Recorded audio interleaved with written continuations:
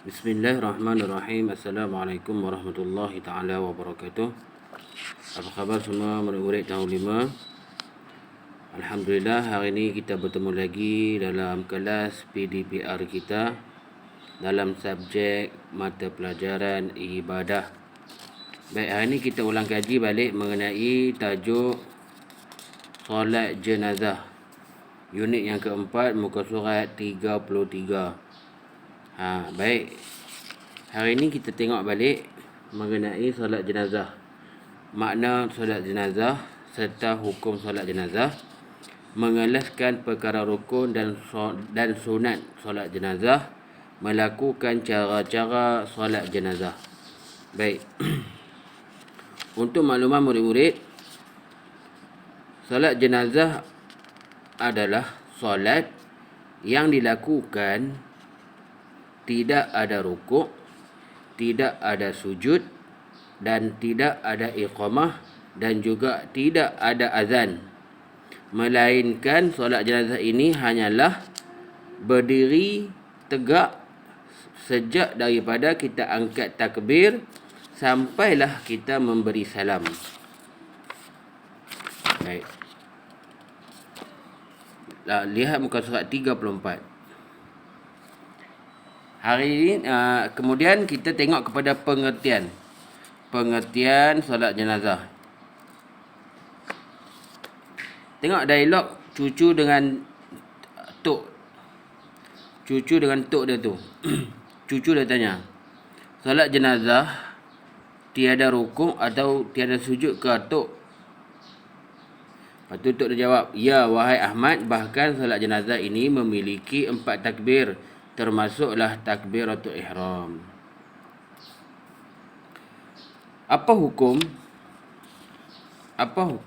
solat jenazah? Solat jenazah hukumnya ialah fardu kifayah. Apa maksud fardu kifayah? Fardu kifayah itu ialah cukuplah memadai jika ada seorang ataupun 2 orang yang melakukan solat jenazah itu di tempat orang yang meninggal itu. Contohnya kampung Mata Raja ada orang meninggal. Jadi cukuplah seorang atau 2 orang ataupun lebih lagi banyak untuk menguruskan jenazah dan menyembahyangkan jenazah itu. Kalau tak ada siapa-siapa buat, maka satu kampung tu berdosa, sebab tak ada siapa yang menguruskan jenazah di kampung itu. Baik. Sebelum kita nak memandikan jenazah, sebelum kita nak solat jenazah, kita perlulah memandikan jenazah itu terlebih dahulu. Dimandikan dan dikafankan terlebih dahulu. Kemudian barulah kita solatkan jenazah itu. Baik, sedikit penerangan mengenai jenazah. Semua manusia yang diciptakan oleh Allah Subhanahu Wa Taala pasti akan mati. Islam mengajarkan umatnya menyegerakan pengurusan jenazah. Maknanya bila ada kematian di dalam kampung, kita kena cepat-cepat, kena segerakan jenazah itu untuk diuruskan. Tak boleh lengah-lengah, tak boleh lambat-lambat. Hukumnya berdosa jika kita melewat-lewatkan pengurusan jenazah.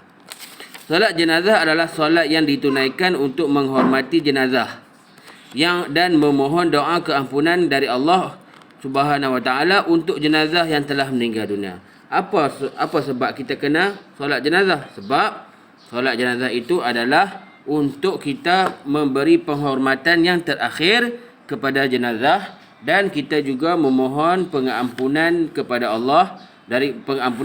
Allah kepada jenazah yang meninggal dunia. Baik. Lihat muka surat 35. Muka surat 35 ni ialah mengenai rukun-rukun solat jenazah. Rukun-rukun solat jenazah ada 7. Rukun solat jenazah ada 7. Yang pertama, berdiri tegak bagi yang berkuasa ataupun berdiri tegak bagi yang mampu. Kalau boleh berdiri, kena berdiri. Tak boleh berdiri, boleh duduk. Yang kedua, niat mendirikan solat jenazah. Setiap solat, dia ada niat dia sendiri. Kalau solat subuh, kita niat solat subuh. Kalau kita solat zuhur, kita niat solat zuhur. Dan solat jenazah pun ada niat dia. Kalau kita nak solat jenazah, kita kena niat solat jenazah. Jangan pergi solat, nak solat jenazah, kita tak niat apa-apa ataupun kita niat solat lain. Apa dia solat ni? Ada dua jenis solat. Apa dia niat dia? Ada dua jenis niat. Niat yang pertama untuk mayat lelaki ataupun jenazah lelaki. Yang kedua jenazah perempuan. Baik, jenazah lelaki. Jenazah lelaki niatnya seperti ini. Usalli ala hadzal mayyit. Hadza. Usalli ala hadzal mayyit. Hadza tu lelaki. Usalli ala hadzal mayyit arba'a takbiratin ma'muman lillahi ta'ala. Arba'a takbiratin tu bermaksud 4 takbir mengikut imam kerana Allah Ta'ala. Sahaja aku sembahyang jenazah ke atas jenazah ini 4 takbir mengikut imam kerana Allah Ta'ala. Itu untuk jenazah lelaki. Hadza tu lelaki. Kemudian niat untuk jenazah perempuan. Usalli ala hadhil mayyitah. Usalli ala hadhil mayyitah. Ala hadhil mayyitah. Hadhil mayyitah itu bermakna jenazah perempuan. Hadza lelaki, hadhihi itu perempuan. Kalau hampa belajar bahasa Arab dengan Ustazah Aqilah, hampa mesti tahu. Hadza dengan hadhihi itu, hadza kepada muzakkar, hadhihi kepada muannas. Muzakkar lelaki, muannas itu perempuan. Usalli ala hadhil mayyitah arba'a takbiratin ma'muman lillahi ta'ala. Sahaja aku solat ke atas jenazah perempuan 4 takbir makmum kerana Allah Ta'ala. Kemudian rukun yang ketiga.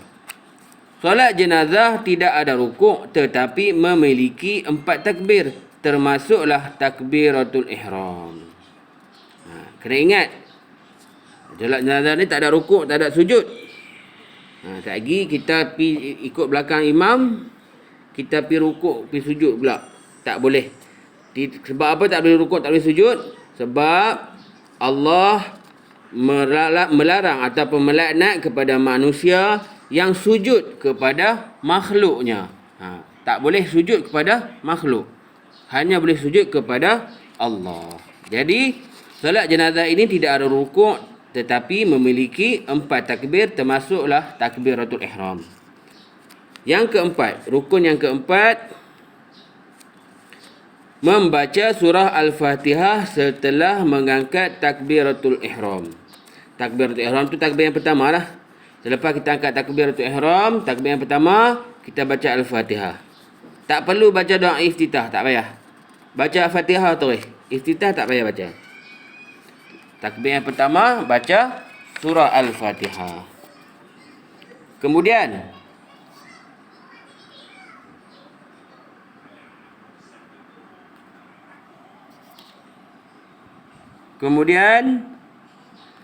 takbir rukun yang ke 1 2 3 4. Yang kelima.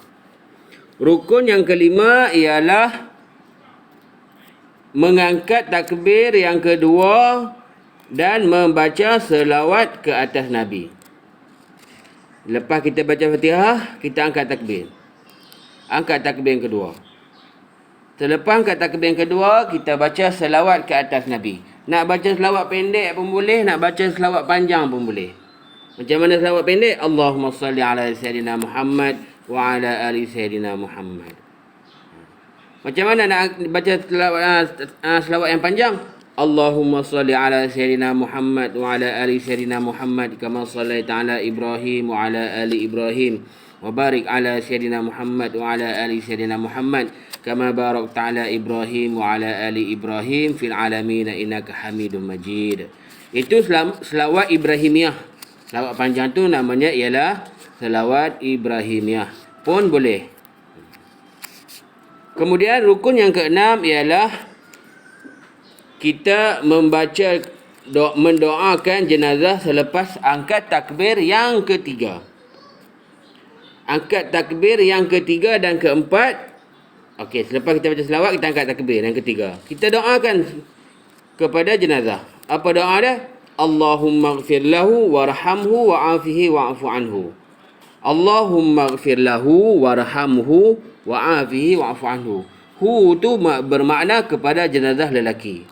Kalau perempuan, jenazah perempuan macam mana baca? Allahumma ighfir laha warhamha wa'afiha wa'fu anha.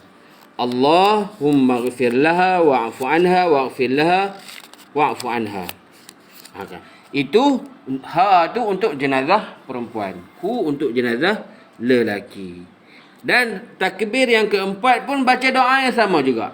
Allahumma ighfir lahu warhamhu wa'afihi wa'fu anhu. Selepas angkat takbir yang keempat, rukun yang ketujuh ialah memberi salam. Memberi salam dengan memalingkan muka ke kanan dan kemudian ke kiri. Maka habislah solat jenazah. Tidak ada sujud, tidak ada rukuk. Okey? Baik, itu adalah rukun. Takat ni jelas tak? Takat ni boleh dapat tak? Kalau tak dapat lagi, tak faham, boleh ulang balik dengar video ni. Nah? Okey, baik. Seterusnya kita sambung kepada perkara-perkara sunat di dalam solat jenazah. Ada berapa perkara sunat dalam solat jenazah? Ada 1, 2, 3, 4, 5, 6. Ada 6 perkara-perkara sunat di dalam solat jenazah. Baik. Apa dia perkara sunat yang pertama? Ialah mengangkat tangan ketika mengucapkan takbiratul ihram. Okey, kita duk ingat angkat tangan tu wajib tak? Angkat tangan semasa kita angkat takbir tu ialah sunat. Kita tak angkat takbir pun boleh. Tak payah angkat tangan pun boleh. Cakap je Allahu Akbar. Tangan tak payah duduk, tak ada angkat. Diam je. Boleh tak? Boleh. Sebab mengangkat tangan itu hanyalah sunat. Allahu Akbar. Tangan duduk diam. Tak payah angkat. Boleh? Boleh. Sebab itu hanyalah sunat. Tapi kalau buat lagi bagus sebab dapat pahala lebih. Jadi lebih baik kita buat daripada kita duduk diam saja. Yang kedua, memperlahankan bacaan di dalam solat. Sunat kita memperlahankan bacaan kita dalam solat jenazah. Tak payah baca kuat-kuat. Pernah ke hampa sembahyang solat jenazah dengar orang baca kuat-kuat? Tak pernah. Sebab orang sembahyang jenazah tak baca kuat-kuat. Orang sembahyang jenazah semua baca pelan-pelan je. Tak ada baca macam solat Jumaat tu Bismillahirrahmanirrahim. Tak ada baca kuat-kuat. Semua kena baca pelan-pelan. Itu dapat pahala sunat. Yang ketiga, dilakukan secara berjemaah. Sunat untuk melakukan solat jenazah dengan berjemaah. Boleh tak buat seorang-seorang? Boleh. Boleh, tapi lebih afdal, lebih bagus kita buat dengan secara berjemaah. Tak apa buat 3 orang pun tak apa, buat 2 orang pun tak apa. Janji kita berjemaah.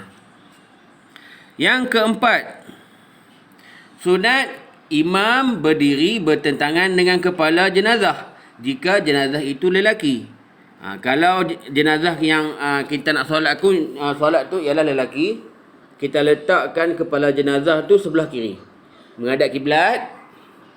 Kemudian kita duduk, imam berdiri di bahagian kepala jenazah itu. Boleh tak duduk berdiri kat tengah-tengah?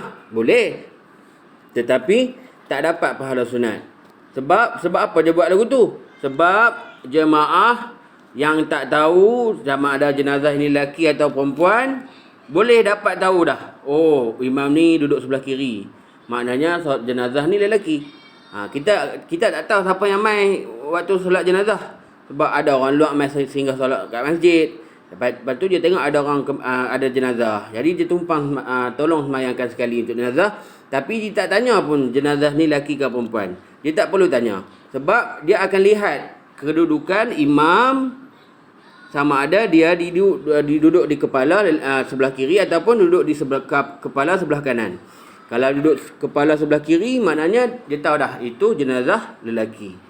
Kalau dia duduk di kepala sebelah kanan, itu maknanya jenazah perempuan. Itu sunat sahaja. Nak duduk tengah pun boleh, nak duduk kaki pun boleh. Tetapi sunat kita duduk berdiri di kepala. Yang seterusnya, imam berdiri bertentangan dengan pinggang jenazah jika perempuan. Perempuan duduk dekat pinggang. Tengah-tengah lah. Itu perempuan. Jadi apa hikmah dah? Supaya orang yang tak tahu jenazah itu lelaki atau perempuan, mereka boleh nampak kedudukan imam tu diri dekat mana. Bila nampak dekat kepala, itu maknanya lelaki. Kalau nampak dekat pinggang, itu maknanya perempuan. Baik, yang seterusnya perkara sunat ialah solat jenazah didirikan di masjid. Kalau buat kat masjid, pahala lebih sebab sunat. Boleh tak sembahyang jenazah dekat rumah? Boleh. Kat tengah padang? Boleh. Dekat mana-mana tempat selain masjid pun boleh. Asalkan solat jenazah. Tetapi jika solat jenazah dekat masjid, itu dapat menambahkan pahala sunat kita di dalam solat jenazah. Boleh. Boleh buat asalkan nak buat. Tapi perkara sunat tu kalau kita dapat buat, lagi bagus. Okey, ada sedikit info tambahan. Cara-cara meletakkan jenazah. Ni kita kena tahu. Cara-cara kita letakkan jenazah supaya kita ni dapat menghormati jenazah kali terakhir. Apa dia? Setelah selesai mengkafankan jenazah, jenazah diletakkan di hadapan imam, melintang ke arah kiblat. Kepala jenazah hendaklah di sebelah kiri, imam jika jenazah itu lelaki, dan kedudukan kepala sebelah kanan jika perempuan, jenazah itu perempuan. Macam tak cakap tadi, kepala jenazah lelaki sebelah kiri, dan kalau perempuan, kepala jenazah perempuan di sebelah kanan. Wallahu ta'ala alam. Jadi murid-murid, kalau tak faham, boleh ulang balik dengar video ni. Dan kalau tak faham juga dah ulang pun, boleh telefon ustaz ataupun WhatsApp ustaz. Ustaz akan telefon kamu untuk memberi penjelasan. Baik. Hari ni tak ada latihan lah. Kita ulang kaji balik subjek ibadah ni dalam mata pelajaran, dalam pelajaran solat jenazah. Tak perlu ada latihan hari ni sebabnya tak habis lagi. Nanti dah habis baru kita buat balik latihan. Jadi kalau hampa tak faham, hampa tanya ustaz. Okey, hari ni tak ada latihan. Okey, baik. Assalamualaikum warahmatullahi taala wabarakatuh.